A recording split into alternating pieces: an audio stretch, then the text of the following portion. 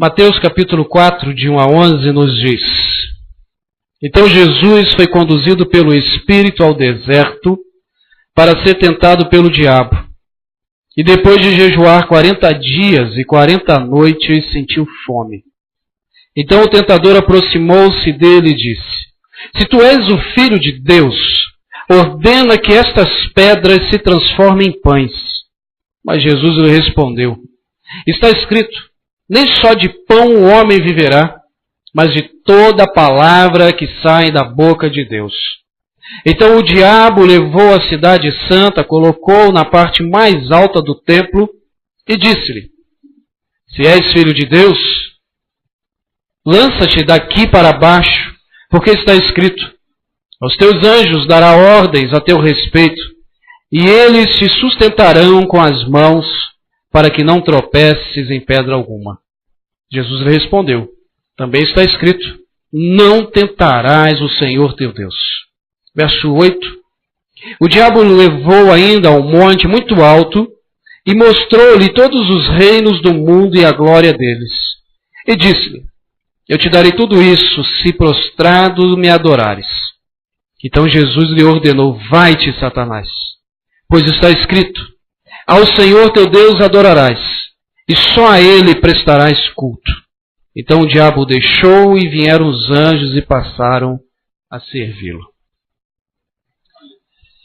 Esse encontro com Jesus e o diabo, logo após o seu batismo, ele vai ao deserto, ele passa ali um tempo em jejum e depois elevado. Ele vai ali ser tentado, e tentado no grego tem um significado bem conhecido também nosso, que é seduzir alguém para que esse mesmo alguém faça o mal ou seja arrastado ao pecado. E foi para isso que ele foi ao deserto, para ser tentado, para ser seduzido. E esse encontro é confrontador não porque Jesus e o diabo estavam em pé de igualdade. Que quando a gente fala em confronto, dá aquela impressão, não, eles têm igual a luta de boxe, mesmo peso, mesmo treinamento, enfim. Não. Até porque o diabo ele não tem condições nenhuma de vencer a Cristo. Pelo contrário, a Bíblia mesmo vai dizer que ele já tem a sua data de vencimento, ele já tem o dia em que vai ser derrotado, como diz o Apocalipse, que ele, seus anjos e todos os seus seguidores serão lançados no lago de fogo e enxofre. Então ele já sabe, o tempo dele é curto, mas é um encontro confrontador no sentido de ver justamente a tentativa desse inimigo, a tentativa do diabo em fazer com que Jesus se tornasse seduzido pelas suas oferendas, pelos seus oferecimentos. E se você percebeu, aquilo que o diabo tenta a Jesus são questões pessoais, questões básicas, questões que mexem com a gente. Não é de admirar que o apóstolo Paulo, lá em Romanos, no capítulo 5, ele vai fazer uma comparação entre Adão e Jesus. E ele vai ali descrevendo, e eu resumidamente queria falar um pouco sobre esse encontro, essa comparação. É onde Adão, o primeiro homem, pecou, errou, caiu. Esse Adão, o primeiro Adão, ele foi seduzido em um jardim. E Jesus ele é seduzido em um deserto. Adão é seduzido no jardim com tudo em que ele poderia ter de bom e do melhor.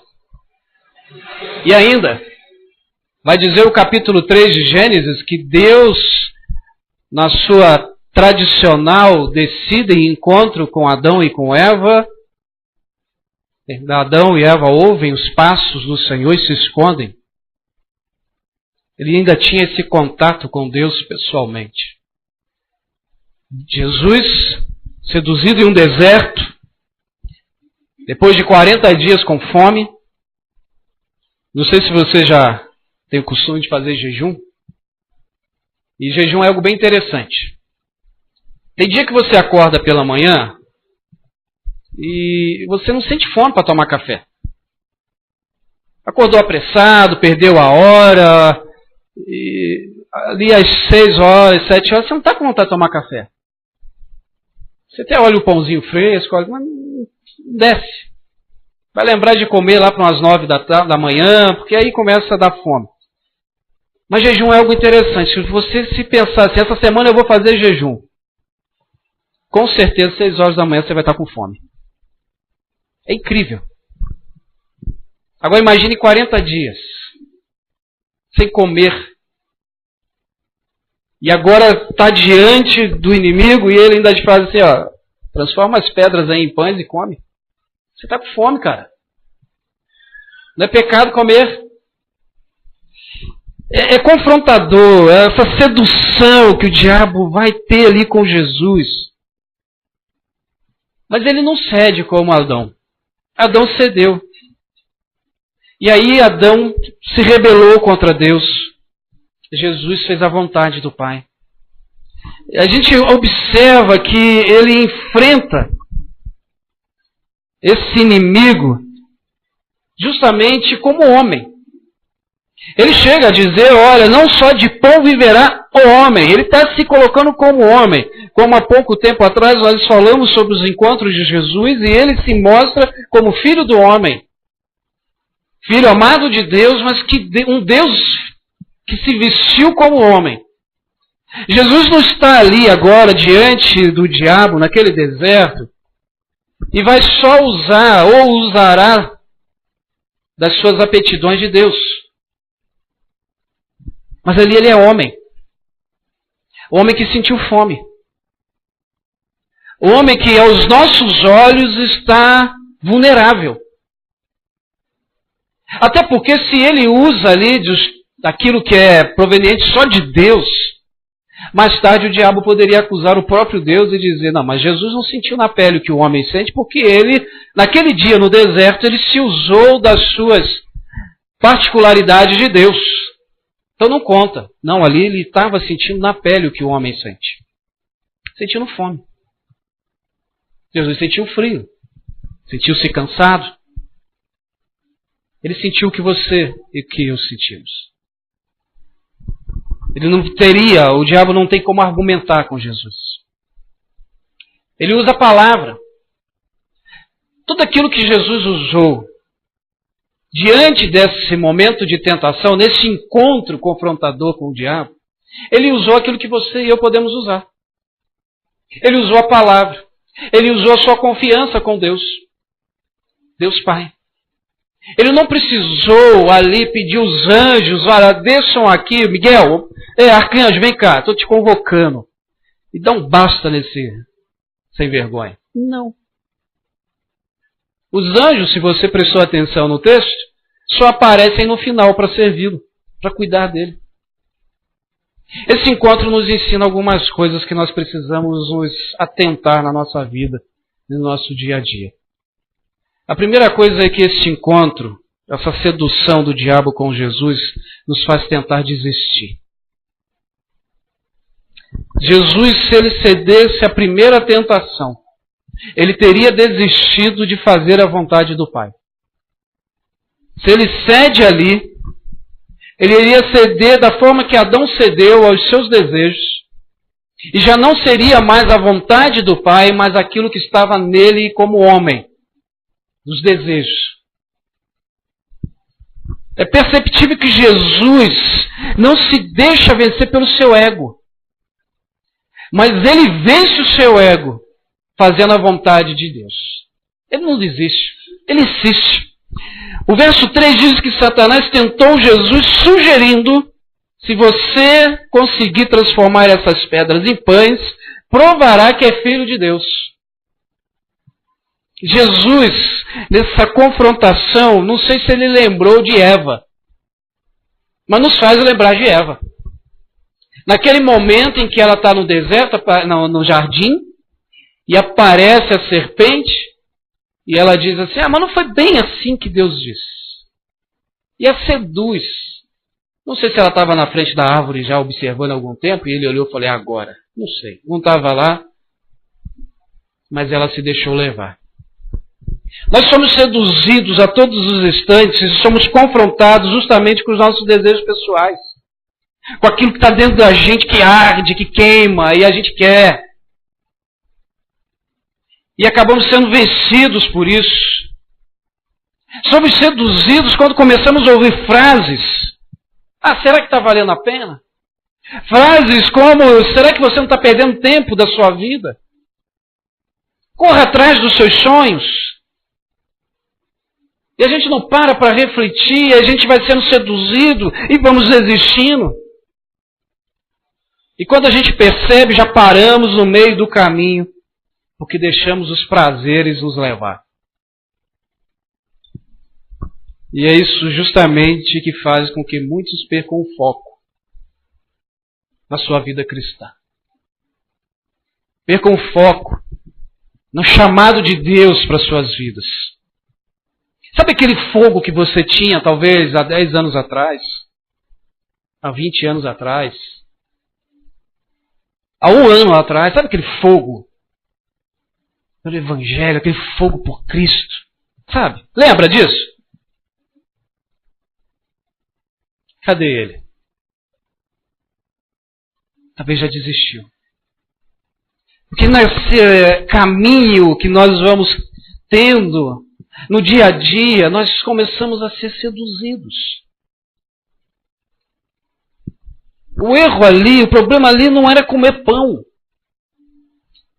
O problema era dar ouvidos a quem estava oferecendo o pão.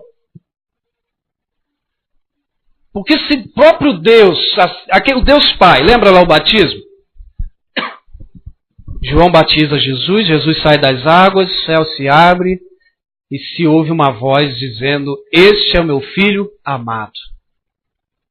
Veio uma pomba, e o texto vai dizer que essa pomba representa o Espírito de Deus, o Espírito Santo.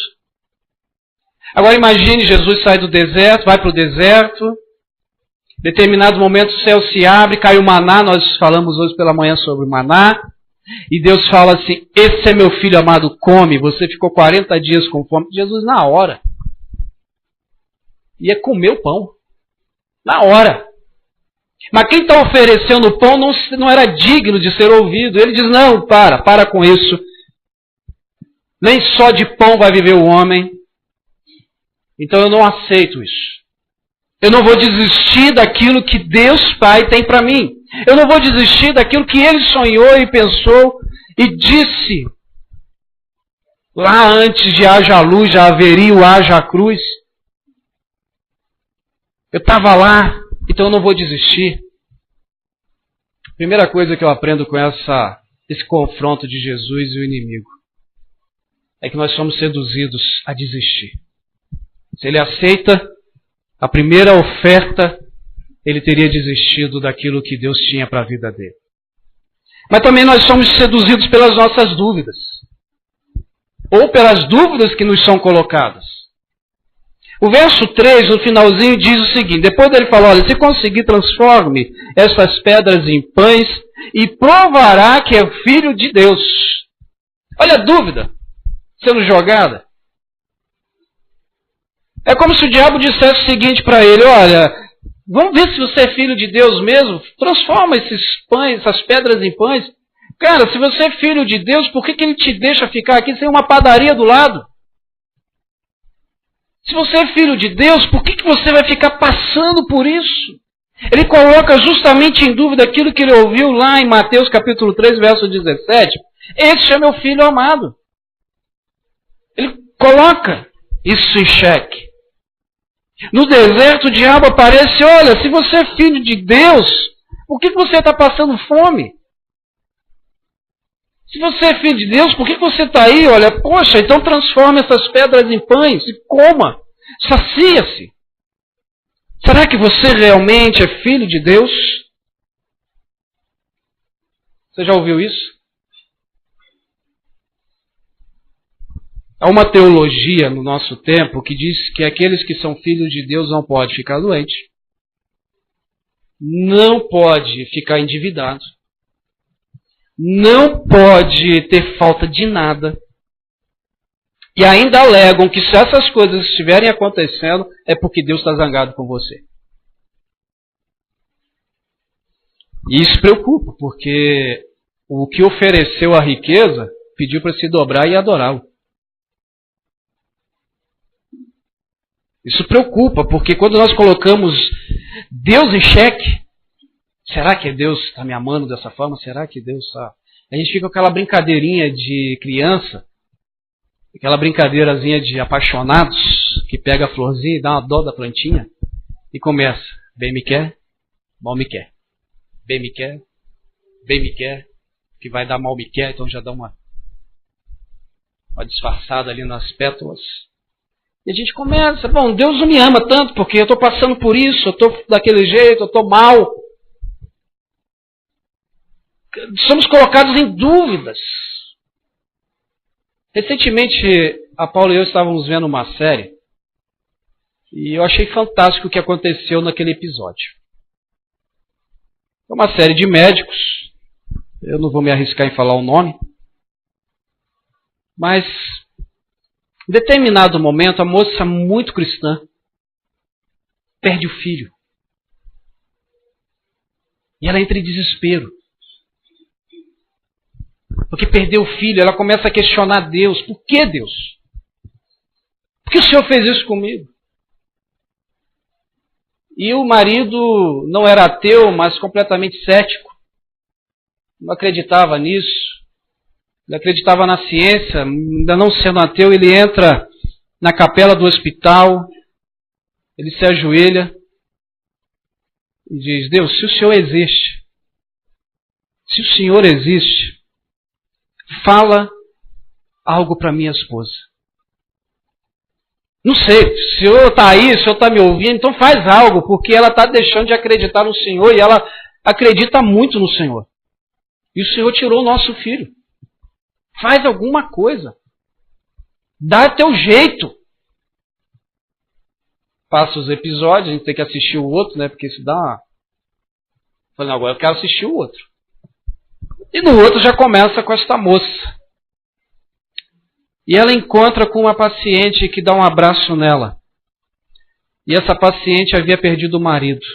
Ou melhor, o noivo. Casamento marcado no acidente.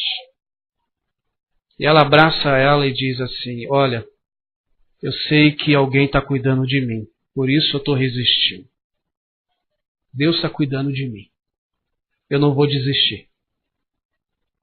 E o marido ouve aquilo, né, o marido dessa médica, e ele entende que Deus falou com ela. Sabe, querido, às vezes a gente se coloca na nossa religiosidade televisiva, Deus toda hora contra a parede.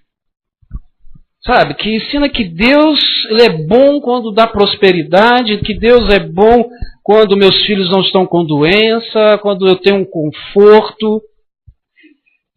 E fora isso, a gente precisa duvidar da fé. E Deus vai sendo colocado contra a parede. E aí a gente começa a ter dúvidas.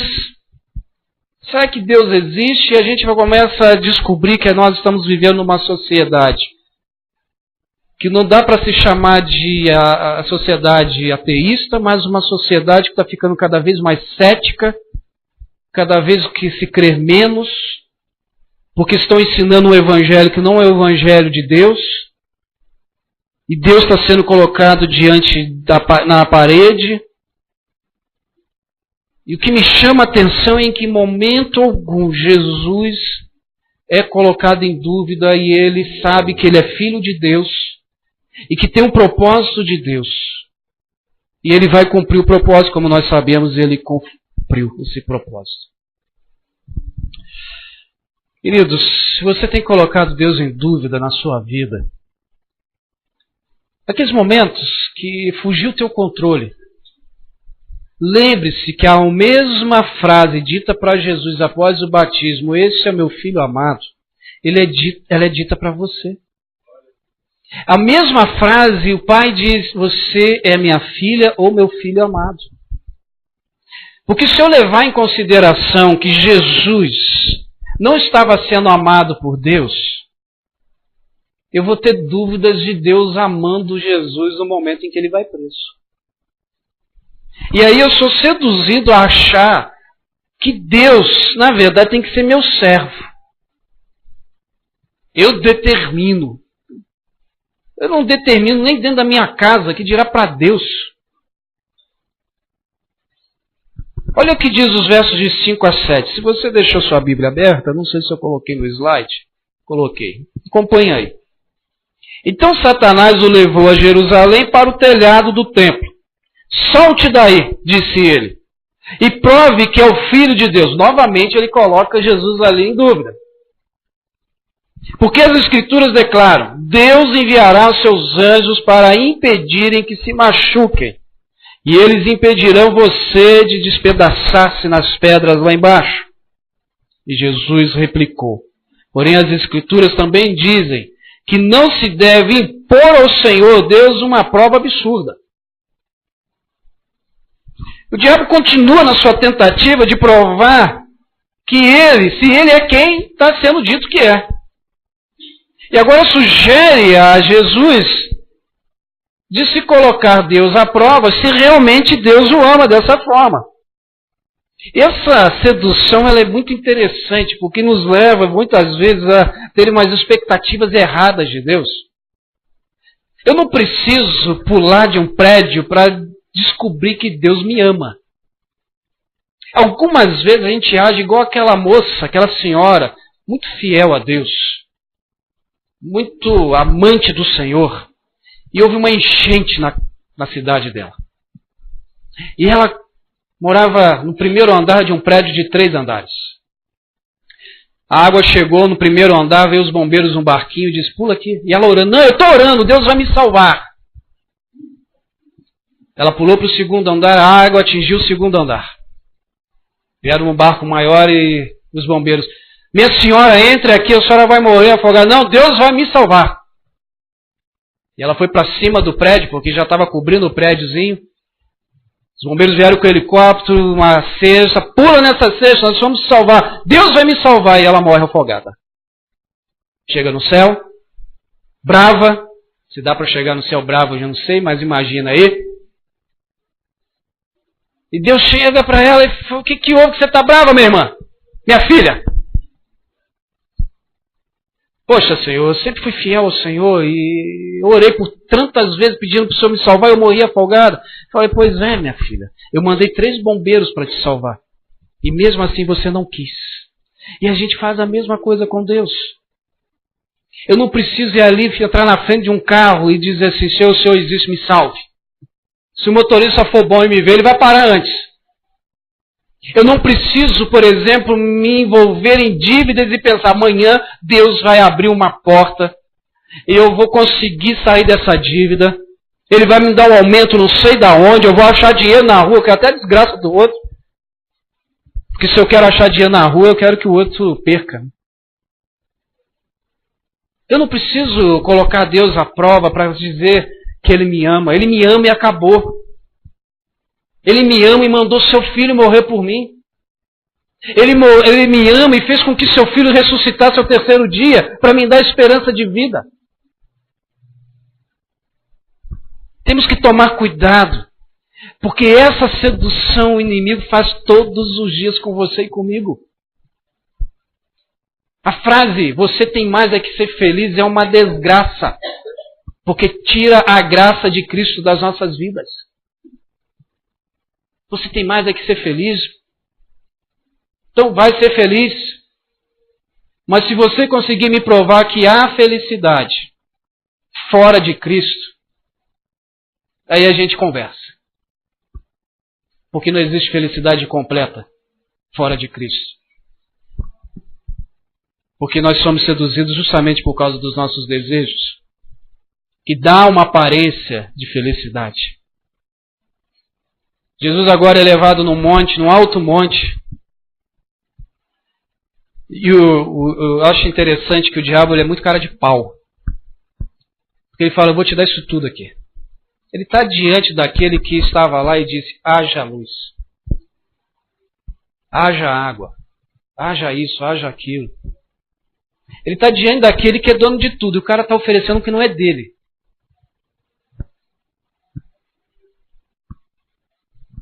Às vezes a gente entra na roda dos desejos, e entrar na roda dos desejos é um perigo. Porque desejo é uma coisa que não acaba. Desejo é algo que tem fome. Não é errado desejar. Já falei aqui, você vai ouvir várias vezes eu falar para você não sair daqui confuso. Até porque o salmista vai dizer isso.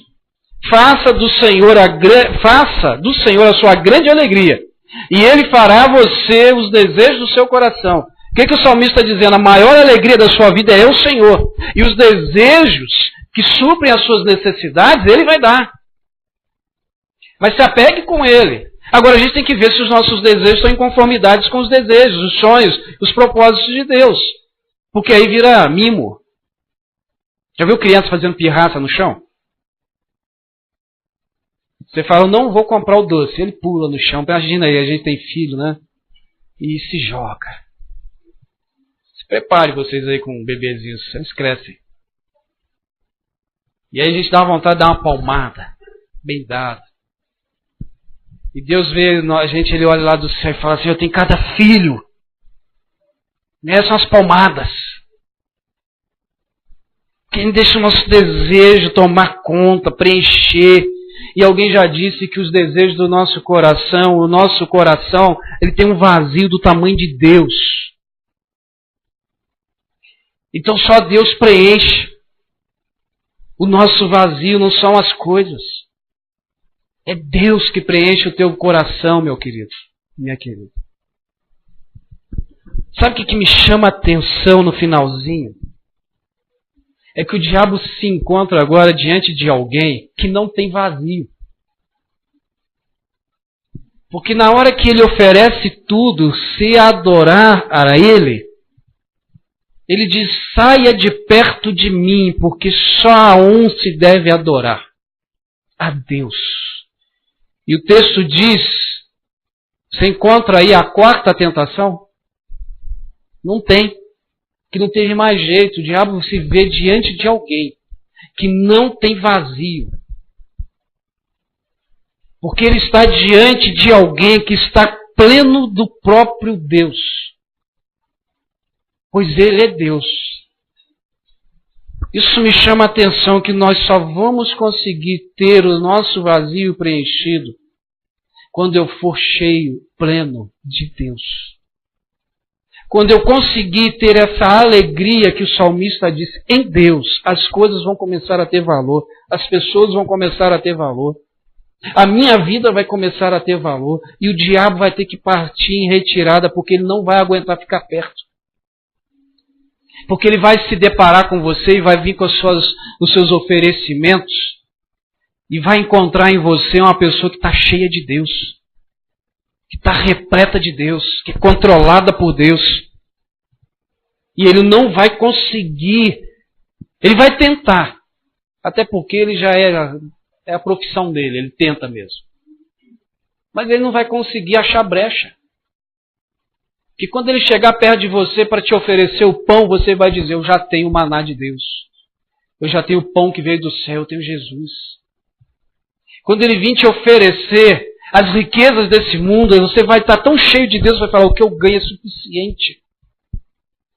Se você estiver tão cheio de Deus, na hora que ele chegar e oferecer para você qualquer coisa, ele vai encontrar Deus ao invés de você, porque agora é Deus que toma a frente. Esse encontro, ele é confrontador, não porque os que estão em confronto estão em pé de igualdade. Mas esse encontro é confrontador porque mexe com coisas que mexem com a gente. A comida é necessária. O desejo de ter coisas é necessário, muitas vezes. E poder. Quem nunca quis ter um pouquinho de poder? Mas essas três coisas precisam ser entregues na mão de Deus. E deixar que Ele controle você, controle a sua vida, controle a sua família, controle as suas finanças, controle aquilo onde você está. Controle sua mente. Não para fazer de você uma marionete, mas para você ser um filho e uma filha amada de Deus, como você já é. A nossa oração diária precisa ser a oração que Jesus fez em João 17. Ele ora por você e por mim e diz, não rogo que os tire do mundo, mas que os proteja do maligno. A nossa oração diária precisa ser, Senhor, não quero sair do mundo. Não agora. Não agora, Senhor. Não quero deixar de ver as belezas deste mundo, mas me proteja do maligno e da maldade que me ronda. Essa precisa ser a nossa oração diária. Nossa oração no primeiro momento da manhã. Porque no segundo momento da manhã, com certeza o diabo já vai estar na porta dizendo assim, agora é hora, você diz. Mas na hora que você abrir a porta e ele encontrar você cheio de Deus, ele vai dizer, aqui não dá. Aqui é difícil. Aqui não dá. Fecha teus olhos por um instante.